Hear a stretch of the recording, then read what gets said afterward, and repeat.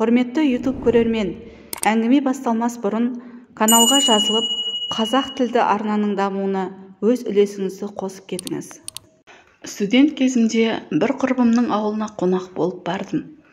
Кешке дастархан басында отырғанда атадан берілетін қасиет туралы әңгіме болды.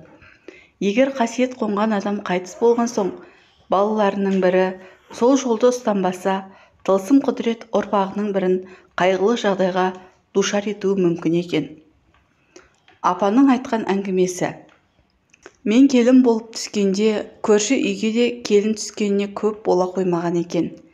Жасымызда шамалас болған соң, Қаламқас екеуміз жақсы араласып, сыйлас болып кеттік. Кейде ауылда қалған ата-анамызды, туған-туысты сағынғанымызды айтып, бірге жылап талатынбыз. Кішкентай қуанышымыз болса да бөлісетінбіз. Қонақ келе қалса, бір-бірімізге көмектесіп жүрдік. Бірде Қаламқас үлкен атасы қасиет қонған кісі болғанын, оның жолын ешкім ұстамағанын, сол атасы жиі түсіне кіріп, үнемі есік алдына атан түйе әкеліп тұратынын айтты. Ауылдағы емшіге айтқан екен, ол атаңның қасиеті саған қонғалы жүр, сен бата ал. Егер бетін қайтарсаң, зияны тиюі мүмкін депті. Бойымда ешқандай қасиет жоқ, мен қалай бата алам деді. Сен немересісің ғой, өз балалары тұрғанда саған келмейтін шығар деп, мен оны жұбатқандай болдым. Бір жылға жетпей менде Қаламқаста бала көтердік. Оның мезгілі менен 2 айға кіші болатын.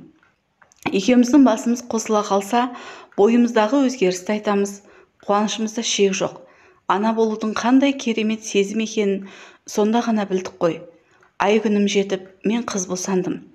Қызым 40-нан шықпаған соң, мен үйден ұзап шықпаймын. Сондықтан қолы босаған кезде Қаламқас маған келіп тұрды. Бір күні жүзінің жабырқау екенін байқадым. Не болғанын сұрап едім, түн болса, іштегі балам кеудемді тырмалап, бір дауыс шығаратын секілді. Таң ағарғанша ұйқы бермейді деді. Мен оған не деп айтарымды білмей, емшіге көрінсейші деп кеңес бердім. Бір күні Қаламқас босанғалы жатыр деп енемді шақырып кетті. Бірақ оның босанатын уақыты жеткен жоқ еді. Шала туған ғой деп, мезгілінен ерте босанған жамандыққа жорымадым. Бірақ бір күдік іштей мазалады. Не жағдай болғанын білмей, дегбірім қашты. Кеш болды. Түс ауа кеткен енем де келмей қойды. Кеш қарая енем де келді әйтеуір. Бас салып сұрауға қымсындым. Өзі де ештеңе дей қоймады. Кешкі астан кейін шай ішіп отырғанда әңгімені өзім бастап, Қаламқас ұл тапты ма, қыз тапты ма деп сұрадым. Енем әр кездегідей сабырлы мінезімен сәл үнсіз отырды да, айтарға тілім бармайды деді. Шыдай алмай тыныштық па деп сұрадым. Құдай басқа бермесін. Аяқ қолының тырнақтары сояудай, түрі адам деп айтуға келмейтін бірдеңе өлі туылды деді. Содан кейін Қаламқас біраз уақытқа дейін үйінен шықпай қойды. Бір күні енемнен қызымды алып Қаламқасқа барып келейін деп сұрадым. Енем өзің барып көңілін аулап қайт, сенің балаңды көрсе көңілі бұзылар деді. Енемнің ақылын тыңдап өзім бардым. Қаламқас мені құшақтап ұзақ жылады. Оған қосылып мен де жыладым. Әлден уақытта жылағанын тоқтатып, қызым жайлы сұрады. Қылықтарын айтып едім, ол да мәз болып көңілденді. Қайтарда мен баладан шыға алмаймын, сен келіп тұрсайшы дедім. Ертесіне ол үйге келді. Содан кейін жиі келіп қызымды ойнатып кетіп жүрді. Көп ұзамай Қаламқас қуанышты хабармен келді. Тағы аяғы ауыр екен. Бала көтеру ана үшін қандай қуаныш екен, тек ана ғана түсіне алады. Қаламқас үшін қатты қуандым. Алладан аман есен аяқ қолын бауырына алып, сәбиін бауырына басса екен деп тіледім. Ай күні жеткенде Қаламқас қыз тапты. Ауыл болып шілдехана тойын өткіздік. Қаламқастың қызы әлі 40-нан шықпаған соң мен барып тұрдым. Өзімше білгенімді үйретем. Бір күні Қаламқас бала қанша айлығында сықылықтап күледі деп сұрады. Ойымда ештеңе жоқ, 3-4 айда шығар дедім.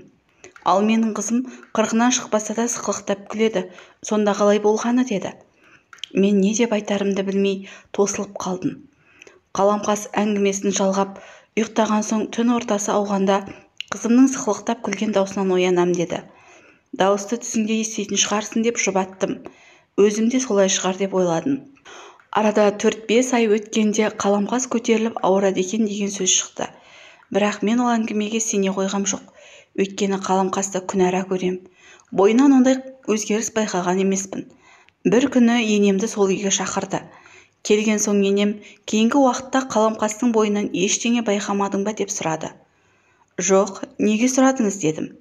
Енемнің айтуынша, түнде ұйықтаған кезде қызы бесіктен босанып келіп, қаламқасты буындыратын көрінеді. Өлдім-ау дегенде қызының қолынан босап шығады екен.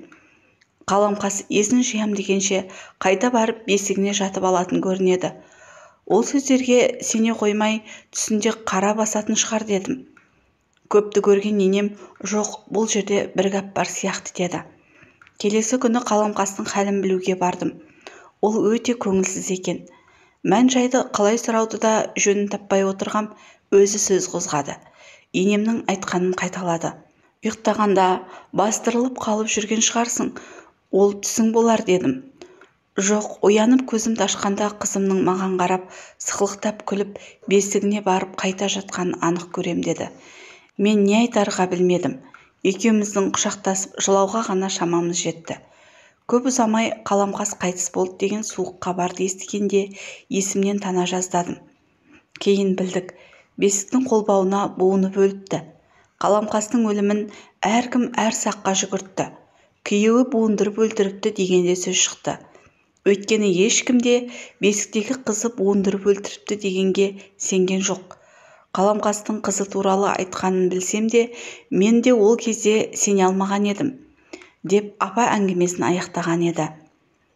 Апаның пайымдауынша, қаламқастың өліміне атадан келе жатқан тылсым қасиет себеп болған болуы ықтимал. Егер түсіңде аян берсе, бойыңда қасиет болса да, болмаса да бата алған жөн. Бата алған соң, атаның қасиеті ақырын-ақырын бойға дариды екен. Кім білсін, бәлкім бұл сөзде де бір шындық бар шығар. Әңгіменің соңы.